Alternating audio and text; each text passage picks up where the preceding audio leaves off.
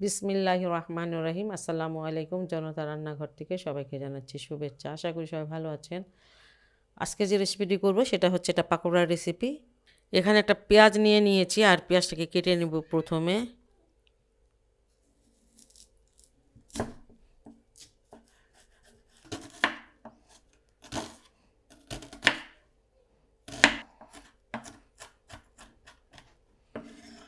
চারটা মরিচ নিয়েছি আর মরিচগুলো খুব পাতলা পাতলা করে কেটে নেব। মাঝখান থেকে আগে এভাবে একটু কেটে তারপরে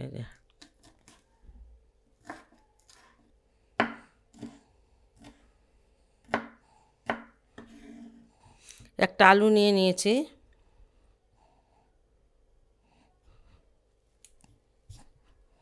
আলুটাকে ছিলে নিয়েছি, ছিলে ভালো করে ধুয়ে নিয়েছি।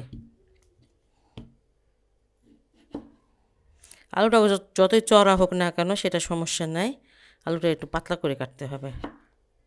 বড় বড়ই কাটবো, একটু পাতলা করে কাটবো।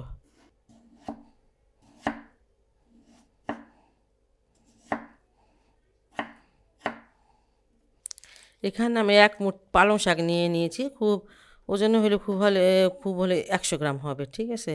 ভালো করে ধুয়ে নিয়েছি আর এটাকে একটু কেটে নেব।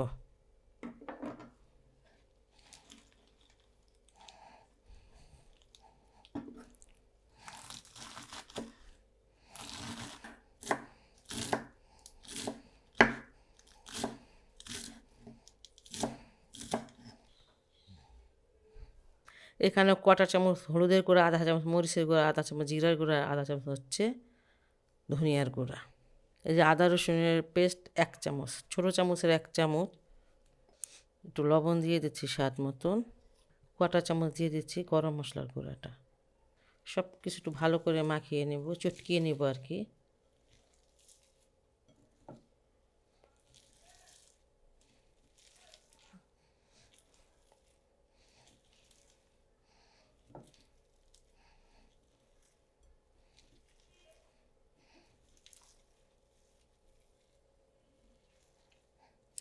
মশলার সাথে সব কিছু ভালো করে মাখিয়ে নিয়েছি। শাকগুলো অনেকবার দেখা গিয়েছিল, একটু কমে গেছে। আর এখানে আমি আধা কাপ দিয়ে দিচ্ছি বেসন।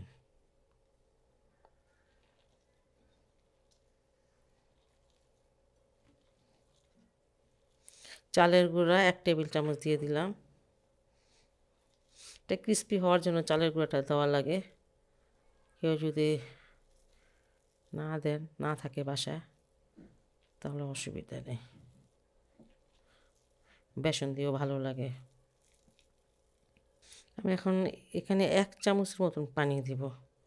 বেশ একটা পানি প্রথমে দিব না।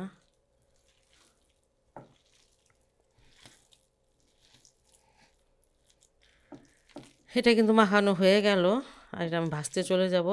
আর একটা কথা, যে আপনারা দেখবেন এইভাবে, এই যে কোনো এটা শেপের কোনো প্রয়োজন নাই, যেমন হয় তেমনই। এই যে এইভাবে একটু শুধু দিয়ে দিলে জোড়ার লেগে গেলেই হলো। এই যে এইভাবে, অনেক পাতলা করার দরকার নেই।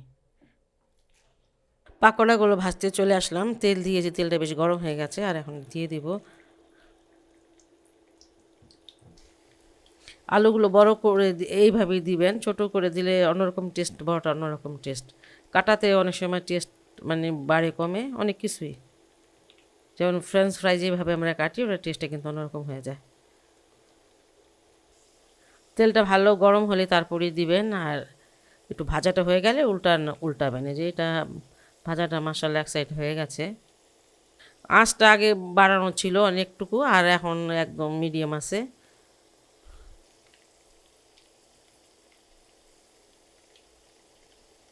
খুবই টেস্টি একটা পাকোড়া। আর এখন তো মানে অনেক পালং শাক পাওয়া যাচ্ছে আর নতুন আলু আছে। আপনি এটা বাসায় অবশ্যই ট্রাই করতে পারেন। আর যদি ভালো লাগে তাহলে অবশ্যই আমার চ্যানেলকে লাইক কমেন্ট সাবস্ক্রাইব করুন। সবাই ভালো থাকুন, সুস্থ থাকুন, নিরাপদে থাকুন, এই দোয়া করি। আল্লাহ হাফেজ।